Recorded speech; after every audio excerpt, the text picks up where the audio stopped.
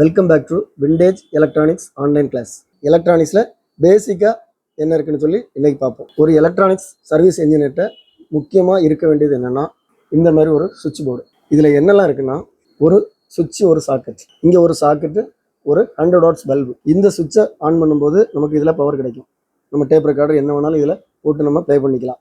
So இங்கே என்னென்னா, ஒரு விண்டேஜ் செட்டை நம்ம டெஸ்ட் பண்ணும்போது டைரெக்டாக நம்ம ப்ளக்கில் போடக்கூடாது. ஏன்னா அதில் ஷார்ட் எதாவது இருந்ததுன்னா ஃபியூஸ் போயிடும். வீட்டில் ஃபியூஸ் போகும், வீட்டில் ஸ்ட்ராங்காக இருந்ததுன்னா போஸ்ட்டில் ஃபியூஸ் போயிடும். ஸோ அதனால என்ன செய்யணும்னா, இந்த மாதிரி ஒரு செட்டப் இருக்கும். இதில் போட்டு செக் பண்ணிட்டு தான் நம்ம அதை யூஸ் பண்ணணும். சில ஃபாரின் ரெக்கார்ட் பிளேயர் டேப் ரெக்கார்டரில் உள்ள ஏசி பின் வந்து இந்த மாதிரி சாக்கெட்டில் சேராது. ஸோ அதுக்காக என்ன செய்யணும், இந்த மாதிரி ஒரு டாப் வாங்கி வச்சுக்கணும். ஸோ இதில் என்னென்னா, என்ன டைப் பென் வேணாலும் நம்ம இதை போட்டுக்கலாம். இதோட யூஸை வந்து நான் இப்போ சொல்கிறேன். 2 டைப்பான செட்டை வச்சு நான் இதோட யூஸை சொல்லித்தரேன். இந்த செட்டு சர்வீஸுக்கு வந்த ஒரு செட்டு. இதை நான் செக் பண்ண போகிறேன். கேபிளில் வந்து நிறைய டைப் இருக்குது. நம்ம மோஸ்ட்லி நம்ம யூஸ் பண்ணக்கூடிய 2 டைப் இருக்குது. ஒன்று வந்து பார்த்திங்கன்னா, இந்த மாதிரி 2 சைடும் ஃப்ளாட் இருக்கும், இன்னொன்று 2 சைடும் கட்டு இருக்கும். இந்த செட் வந்து 2 சைடும் கட்டு உள்ளது. 2 சைடும் கட்டு உள்ளதை நான் இதில் கனெக்ட் பண்ணுறேன். இந்த செட்டு எப்படி இருக்குன்னு சொல்லி எனக்கு தெரியாது. நான் இதை ஃபஸ்ட்டு வந்து இந்த ப்ளக்கில் போட்டு நான் செக் பண்ணி காமிக்கிறேன். இதில் போட்ட உடனே ஃபுல் பவரில் எரியுது. இதுக்கு காரணம் என்னென்னா, இந்த செட்டில் வந்து ஷார்ட் இருக்குது. அதாவது பவர் சப்ளை யூனிட்டில் வந்து ஷார்ட் இருக்குது. இது ஒரு வால்வு ரேடியோ. இதை நான் இப்போ செக் பண்ண போகிறேன்.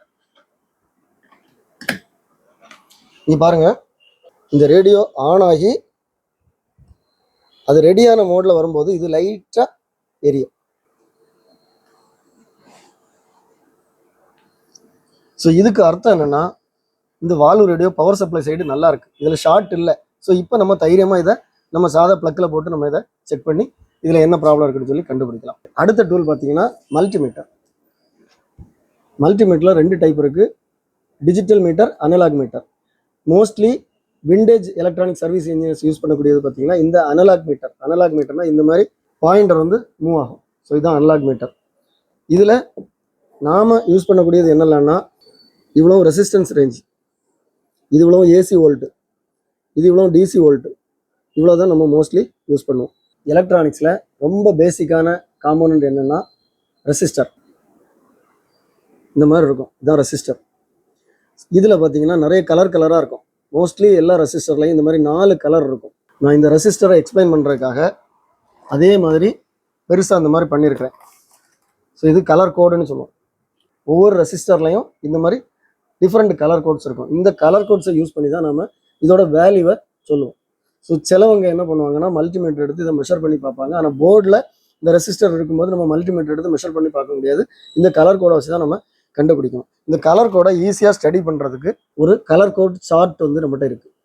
ஸோ இதில் வந்து இதை இந்த மாதிரி நம்ம ரொட்டேட் பண்ணி கலர் கோடை ஈஸியாக கண்டுபிடிச்சிடலாம். இது பிகினர்ஸுக்கு யூஸ் ஆகும். பழைய காலத்தில் கடையில் கிடைக்கும், எலக்ட்ரானிக்ஸ் கடையில் ₹1 கொடுத்தீங்கன்னா இந்த மாதிரி ஒரு சார்ட் தருவாங்க. இதை யூஸ் பண்ணி எலக்ட்ரானிக்ஸ் பற்றி ஐடியா இல்லாதவங்க கூட இந்த மாதிரி ரெசிஸ்டரோட வேல்யூ கண்டுபிடிச்சிடலாம். இதுக்கு தெரிய வேண்டியது என்னென்னா, ஒரு 10 value 0 to 9. 0 black, 1 brown, 2 red, 3 orange, 4 yellow, 5 green, 6 blue, 7 violet, 8 grey, 9 white. இந்த மாதிரி 9 கலர் மட்டும் நமக்கு தெரிஞ்சால் போதும், ஈஸியாக கண்டுபிடிச்சிடலாம். இதை ஈஸியாக கண்டுபிடிக்கிறதுக்கு ஒரு ஃபார்முலா சொல்கிறாங்க, BBROY. அதாவது BB Roy, BBROY of Great Britain had very good wife. So இந்த மாதிரி 10க்கும் வேல்யூ வச்சுருக்கிறாங்க. ஸோ இதை யூஸ் பண்ணி நம்ம கண்டுபிடிக்கலாம். இந்த பிபி ராய் எப்படி வருது பாருங்கள். பின்னா பிளாக், அடுத்த B brown, R red, O orange, Y yellow. So இது 5வது வரல வந்து yellow. Great Britain green, blue had very good wife, VGW violet, grey, white. So first உள்ளது பார்த்தீங்கன்னா 0, அடுத்தது 1, 2, 3, 4, 5, 6, 7, 8, 9. ஸோ அதே தான் இங்கே இருக்குது. ஒரு ரெசிஸ்டரை இந்த மாதிரி எடுத்திங்கன்னா அதில் வந்து 4 கலர் இருக்கும். ஒரு கலர் பார்த்தீங்கன்னா கோல்டு இருக்கும் அல்லது சில்வர் இருக்கும். அந்த கோல்டு அல்லது சில்வரை ரைட் சைடு வச்சுக்கணும். ஸோ இப்போ நான் இந்த ரெசிஸ்டரை எடுத்துருக்கிறேன், இது கோல்டு ரைட் சைடு வச்சுருக்கிறேன். அப்போ இந்த 3 தான் நமக்கு கலர். ஃபஸ்ட்டு கலர் என்ன இருக்குன்னா ப்ரௌன், அடுத்தது பிளாக், அடுத்தது ரெட். ப்ரௌன்னா 1, பிளாக் 0, ரெட் வந்து 2. ஃபஸ்ட்டு வேல்யூவை அப்படியே போடணும். செகண்ட் வேல்யூவையும் அப்படியே போடணும்.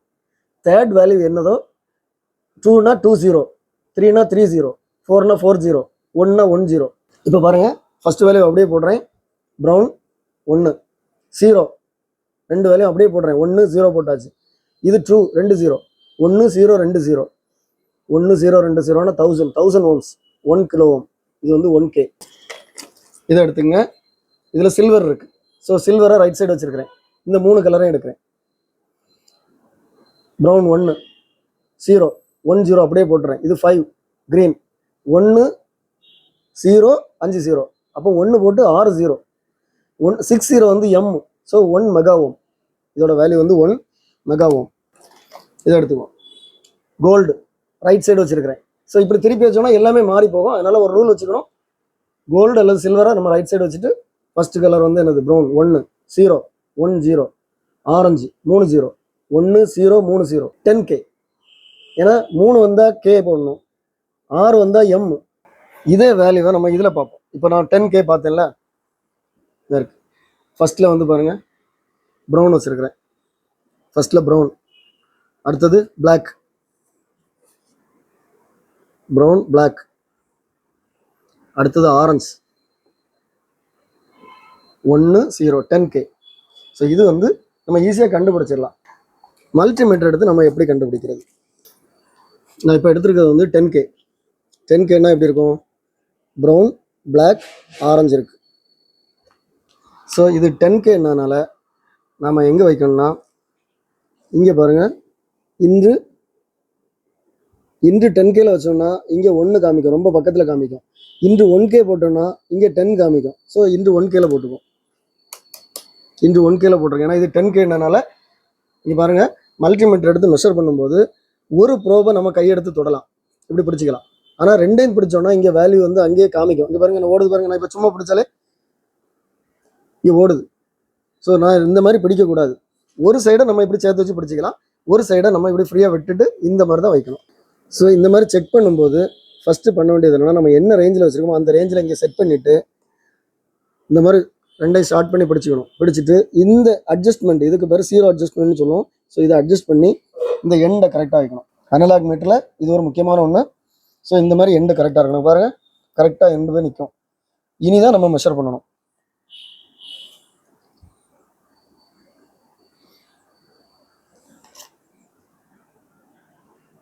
கரெக்டாக பாருங்கள், 10ல் காமிக்குது.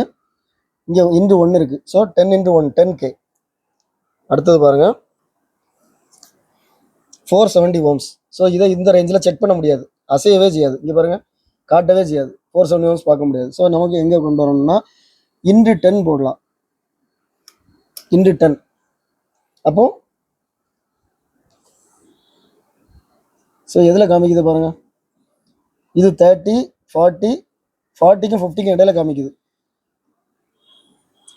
இங்கே 46 காமிக்குது, இங்கே 10 46 × 10 460 ஓம்ஸ் காமிக்குது. இந்த மாதிரி ஒரு சுவிட்ச் போர்டு, இந்த மாதிரி பல்போட இந்த சாக்கெட்டோட உங்களுக்கு வேணும்னா நாங்கள் அரேஞ்ச் பண்ணி கொரியரில் உங்களுக்கு அனுப்பிவிடலாம்.